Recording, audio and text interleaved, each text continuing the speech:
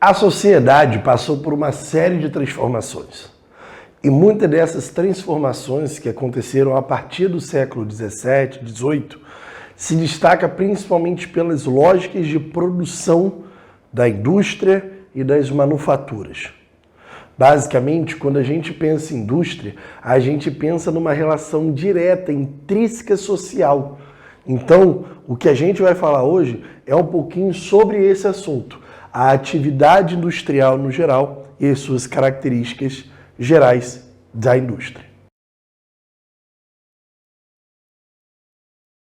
Vamos lá, galera. Para a gente começar esse assunto, a gente vai ter que começar primeiramente entendendo os estágios de desenvolvimento da indústria.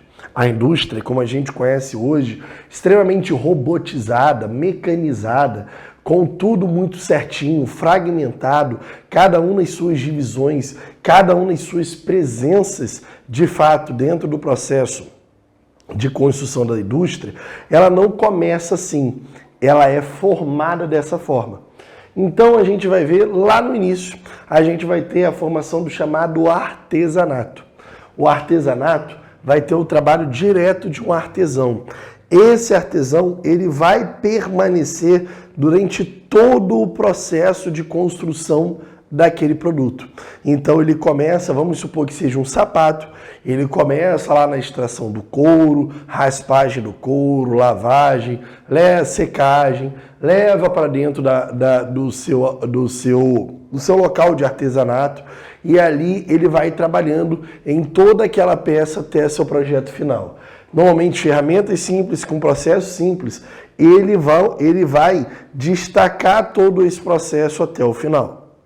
Isso permanece próximo da manufatura, mas a manufatura eu já começo a ter uma certa divisão do trabalho. Agora eu começo a ter mais gentes dentro do mesmo espaço. E agora um vai ficar um pouquinho mais responsável por isso, outro ficando responsável por isso. Então tem uma certa uma divisão do trabalho que esses trabalhos eles tendem a se complementar no final na formação do produto. Então o artesanato aos poucos é modificado pela manufatura. Mas de fato a revolução industrial ela muda tudo. Ela muda primeiramente que agora o nível de contratação e a escala de produção ela é muito maior. Agora já são não coisas mais familiares, mais rurais. Agora os espaços de produção eles são espaços urbanos, centrais da cidade. Agora eu já tenho toda uma cadeia produtiva voltada àqueles setores. Então, com uma marca principal na Revolução Industrial está o uso de máquinas, que começa pela máquina a vapor, passa pelo motor a combustão, entre outros. Destaca-se dentro dessa ideia uma maior divisão do trabalho dentro dos setores da Revolução Industrial e a diversificação da produção em larga escala. Eu agora não vou produzir 15 a 10 pares de sapato. Agora minha meta é produzir 1.000, 2.000. Agora a sociedade do consumo começa a se estruturar dentro da Revolução Industrial. Claro que a fase atual, ela em nada se assemelha, por exemplo, ao nosso primeiro caso da Revolução Industrial. A fase atual, ela já é um pouco mais complexa. Então, se antigamente a indústria empregava muito, a indústria passa a empregar cada vez menos, gerando uma crise nas relações e no mundo do trabalho. Ao mesmo tempo também, eu tenho o uso da robotização e da intensa mecanização dentro dos setores produtivos. O uso e produção diretamente em larga escala e o padrão de mercadorias cada vez mais acentuado e até uma certa diversificação das mercadorias, uma certa lógica de um produto mais diversificado no mercado. Então, agora a lógica, ela é uma produção que ela vai atender a demanda. Então, primeiramente é feita a compra e segundamente é feito a demanda dentro desse processo.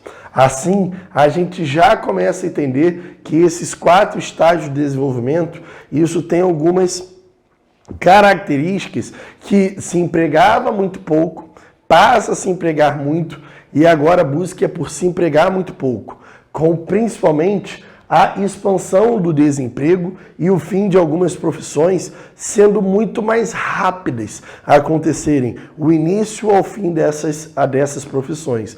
Então, você tem profissões hoje que com o avanço das inteligências artificiais, eu tenho algumas profissões que basicamente entram em xeque dentro do cenário internacional por causa dessa forte presença da robotização, inclusive da inteligência artificial, que pode gerar uma série de questões do mundo do trabalho. Então, agora, por exemplo, a ideia de ilustração, o ilustrador, começa a ver um pouquinho dos seus dias contados a partir da lógica das IAs e da produção diretamente a partir da inteligência artificial. Então, há uma série de questões a serem resolvidas diretamente sobre esse processo. Destaca-se algumas ideias que eu vou falar com vocês. Primeiramente, eu quero destacar umas indústrias que eu posso dividir as indústrias de duas formas. As indústrias chamadas indústrias de alta tecnologia, as indústrias da terceira e da quarta revolução industrial e as indústrias dos produtos mais tradicionais. Então eu posso dividir em produtos tradicionais e produtos de ponta. Normalmente as indústrias tradicionais, eles utilizam muito de mão de obra, ou seja, para fazer uma cadeira, fazer uma mesa, fazer produtos bem mais simples no geral. Destaca-se que esses produtos simples, como essa cadeira, esse quadro, a mesa, tudo isso tende a ser produtos de empresas tipicamente de produções tradicionais. Do mesmo modo, eu posso ter do outro lado a indústria das chamadas altas tecnologias. São indústrias onde eu vou utilizar menos mão de obra porque eu tenho uma maior mecanização e robotização dentro dessas áreas. Destaca-se o caso, por exemplo, para fazer essa câmera que você está assistindo essa aula, o celular, o notebook. Então, quando eu dialogo diretamente sobre essa característica de produção de indústria, ela pode ser tradicional ou ela pode ser de ponta de fato. Claro que essa indústria, eu tenho uma cadeia de produção. Vamos imaginar aqui alguma coisa que eu posso pensar. Vou pensar nessa régua aqui. Ó. Essa régua aqui, ela é feita de madeira. Bonitinha aqui para vocês.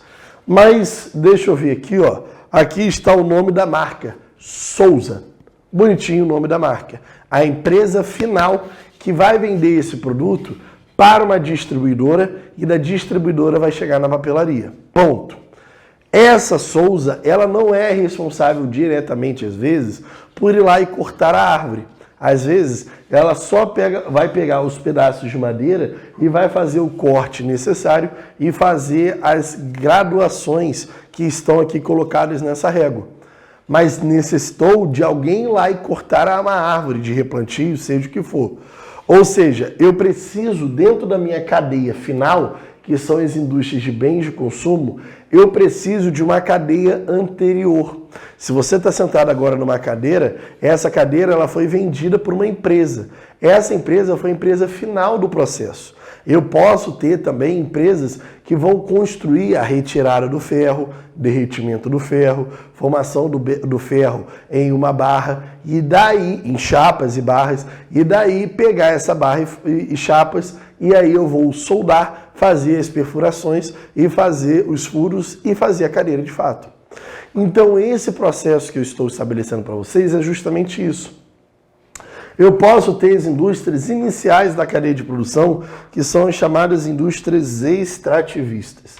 As indústrias extrativistas são aquelas que eu vou retirar, trabalham com a retirada direta de recursos naturais.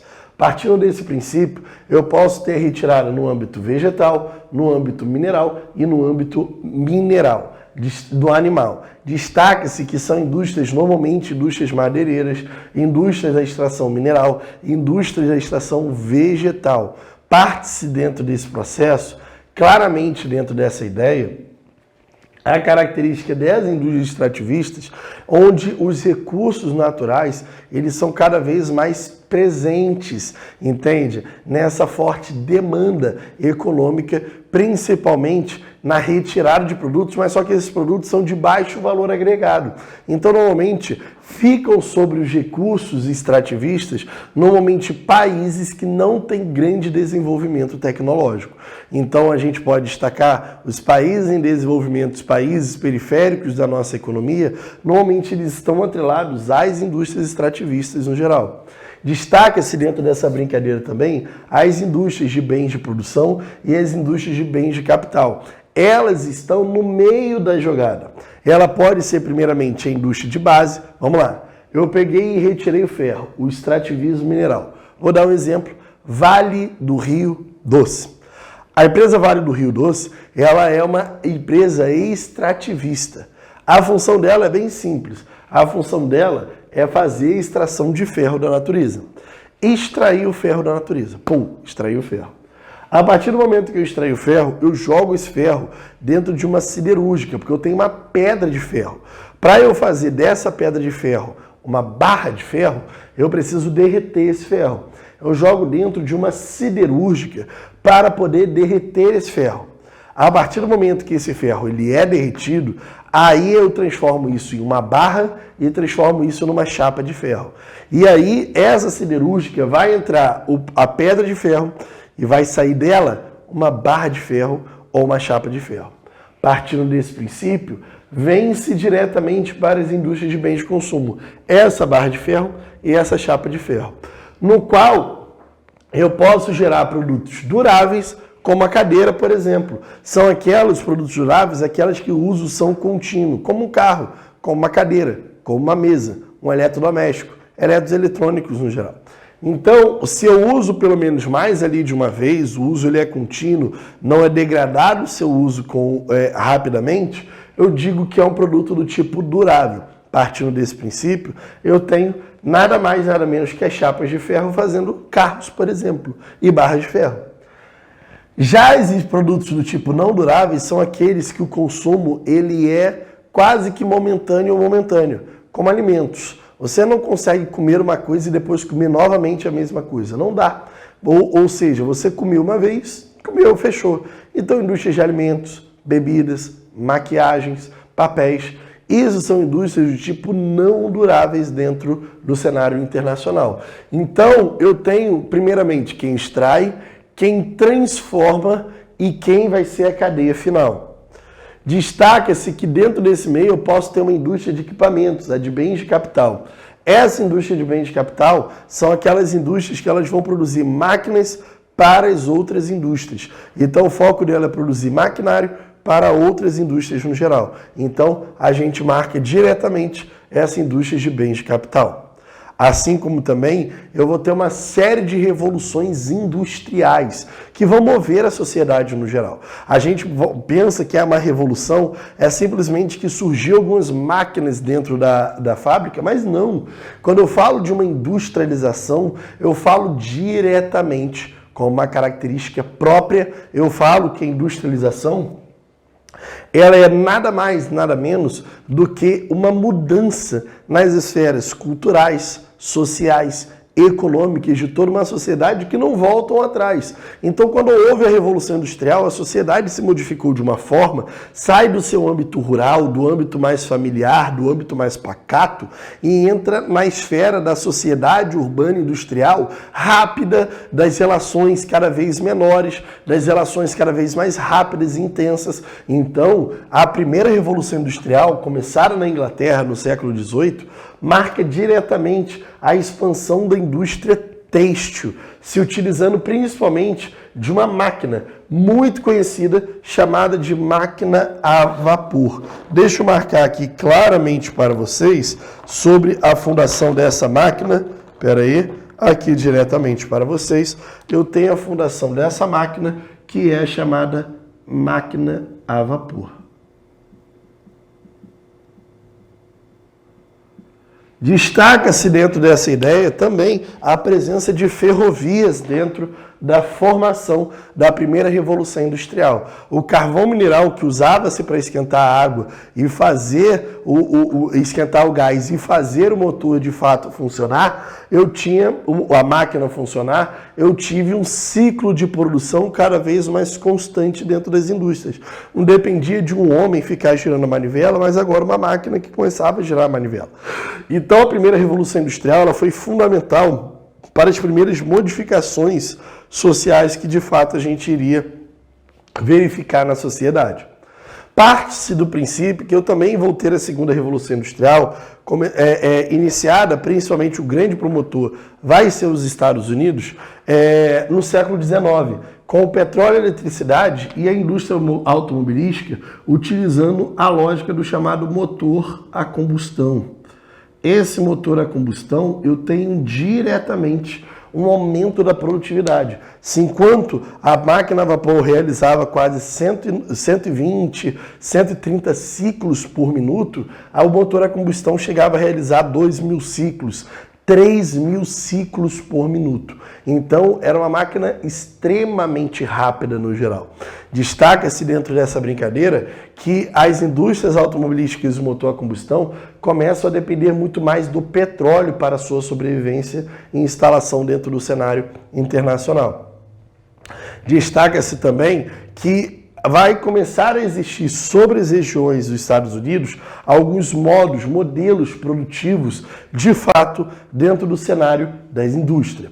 Primeiramente, a indústria ela era uma grande zona, inicialmente, antes, de fato, do nosso querido Taylor se destoar dentro da sociedade, se perfazer dentro da sociedade, muitas pessoas faziam várias as funções. Ele é o responsável por fazer a hierarquização da produção. Então, ele começa a dividir os trabalhos mais braçais, ele começa a especializar e vai falar, olha, você só vai trabalhar fazendo isso. Você só vai trabalhar fazendo isso.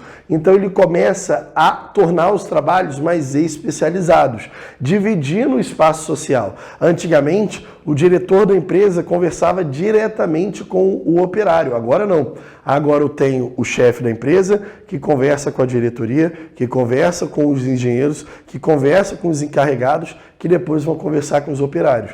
Então eu tenho uma relação extremamente verticalizada dentro da empresa, entre cargos de trabalhadores braçais, operários e as cabeças pensantes muito mais qualificados.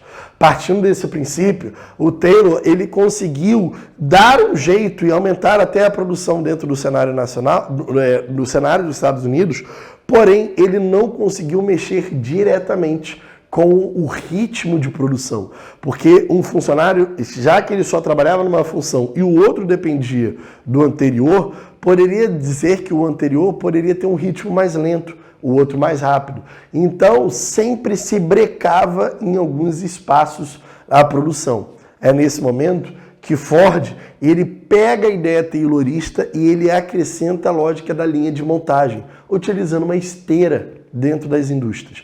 Então o Ford, ele mantém a lógica de Taylor, mas ele acrescenta a esteira, fazendo uma grande produção em massa, em série. Chegava a sair um carro a cada 58 segundos dessa fábrica da Ford no início da lógica do seu Fordismo. E ele também passa a pagar mais para o seu trabalhador, numa visão macroeconômica no geral. Parte-se desse princípio que isso vai gerar uma grande produção industrial dos Estados Unidos a partir da lógica fordista. E essa função de produção industrial, ela breca em pelo menos duas grandes crises. A primeira crise do Fordismo em 1929 e a segunda crise do Fordismo em 1973. A partir desse momento, começa-se uma terceira evolução que anterior já existia, mas a partir de 73 ela é bem mais distante. Com o destaque da Alemanha, principalmente o Japão. Em meados do século XX, a gente vai ter a presença das fontes alternativas e o uso da robótica e da química fina para a produção diretamente. Partindo do princípio que agora as rodovias não estão mais em xeques, mas agora as grandes lógicas dos aeroportos começam a comandar todo mundo. Destaca-se também que nessa terceira revolução industrial, um novo modelo produtivo começa a ganhar notoriedade em todo mundo, que é o caso diretamente do chamado toyotismo. o toyotismo, ele rompe com a lógica fordista quando ele deixa de produzir para depois vender. E ele muda essa lógica. Primeiro ele vende e depois ele produz. Basicamente é a produção sob demanda, ou seja, é a produção diretamente relacionada com o capital de venda. Nessa lógica, eu trabalho uma ideia de apenas produzir o que é vendido. Com isso, eu gero menos estoques, eu gero menos gastos para estocagem de produtos. Além do mais, eu não preciso ter muita mão de obra, porque às vezes meu mercado está exigindo menos. Então, com isso, eu tenho menos custo, menos desperdício, menos mão de obra. Essa lógica, que é uma produção cada vez mais assertiva e de entregas cada vez bem mais rápidas, diretamente, e a gente consegue flutuar sobre isso hoje, atualmente, na divisão do mundo do trabalho, onde a gente tem o Uber Flash, Uber Moto, onde pessoas comuns começam a se filiar ao caso diretamente do Mercado Livre para poder fazer entregas. Isso marca diretamente, impacta o mundo de trabalho, porque a lógica aqui está em fazer entregas cada vez mais rápidas, na ideia lógica do chamado just in time, na produção e na entrega direta, direcionada dentro do mercado de vendas. E destaca-se para essa nova revolução industrial, de fato ainda muito debatida entre os geógrafos e estudiosos, historiadores, a quarta revolução industrial, onde a gente vai marcar, principalmente a partir do século XXI, algumas lógicas importantes, principalmente a partir das inteligências artificiais. Como disse, começa uma série de mudanças na relação de trabalho. Agora, produções de materiais, produções de imagens, produções de programas começam a ser destinadas a partir da lógica da revolução industrial, da lógica da inteligência artificial, onde os robôs agora não estabelecem comandos, mas eles passam a criar suas próprias lógicas de comando e de pensamento para, de fato, suprir as necessidades da população. Além também da lógica diretamente da internet das coisas, né? E a chamada do IoT, onde nós vamos ter as redes integradas de produção e de coisas, de objetos, que vão ter as linhas smarts, né? De produção direta, de entendimento direto da funcionalidade da internet. Então, agora, a conexão pela internet, ela está cada vez mais necessária. Então, uma série de documentos não são mais colocados em HDs. Agora, uma série de documentos são colocados em nuvem, acessada em qualquer local do mundo. O fluxo de informações cada vez mais intenso e, principalmente com as inteligências artificiais, o mundo do trabalho cada vez mais precarizado. Posso destacar aqui, por exemplo, o caso de dubladores. Sim, dubladores que começam a encontrar algumas certas existências a partir da Revolução Industrial, a partir da lógica das inteligências artificiais. Porque através de programas de inteligências artificiais eu consigo fazer a dublagem para diversas línguas diferentes, utilizando a mesma direta relação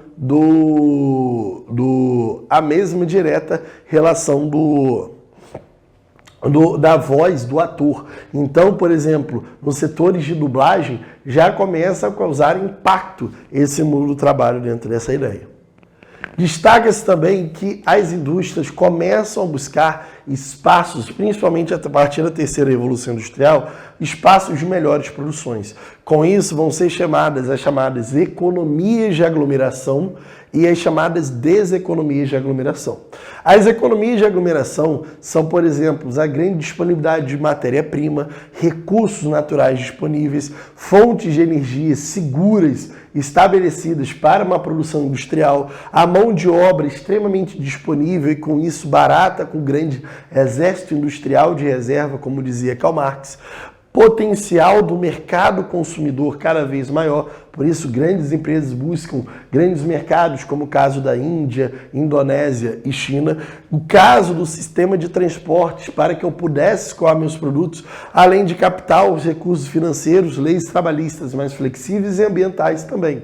Então, tudo isso daí tende a atrair indústrias. Claro que a deseconomia de aglomeração é o inverso disso daqui. Eu não vou falar nem tanto das matérias-primas e recursos naturais, que isso consegue ser transportado.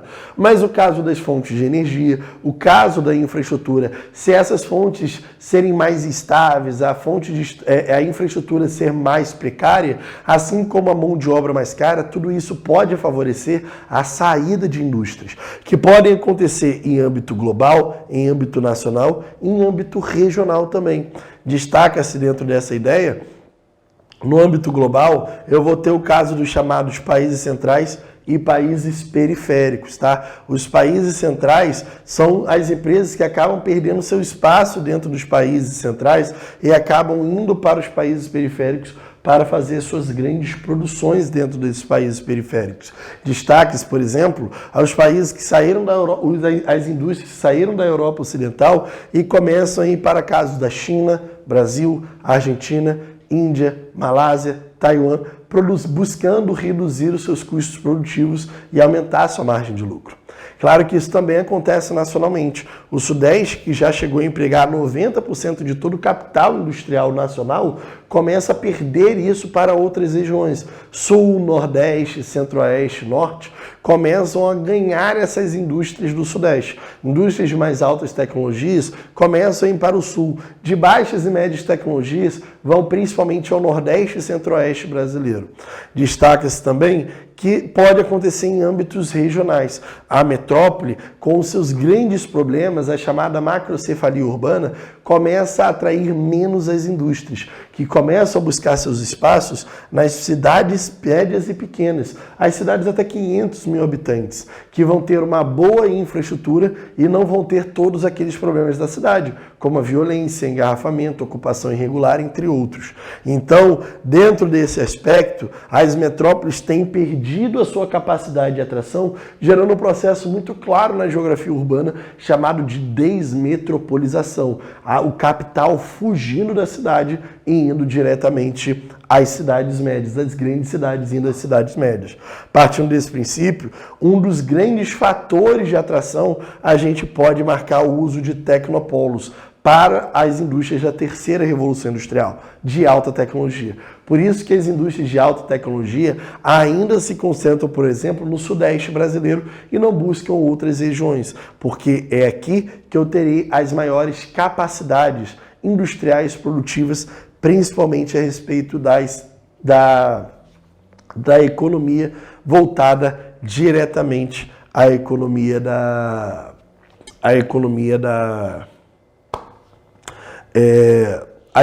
diretamente da terceira revolução industrial, das pesquisas científicas no geral. Galera, espero que vocês tenham entendido ponto a ponto do que eu falei, tudo que foi abordado. Se liga, aqui no link da descrição tem uma série de exercícios para que você possa amassar sobre esse assunto. Eu vou sair da frente para que você possa fazer suas anotações. Mas antes, por favor, curta esse vídeo, compartilhe com os amigos, se inscreva também nesse canal e, por favor, não deixe, se tiver alguma dúvida, de comentar aqui que a gente vai estar respondendo isso aos poucos. Galera, vamos sair da frente. Beijos e abraços e estamos juntos e até mais, hein? Valeu, boa cópia.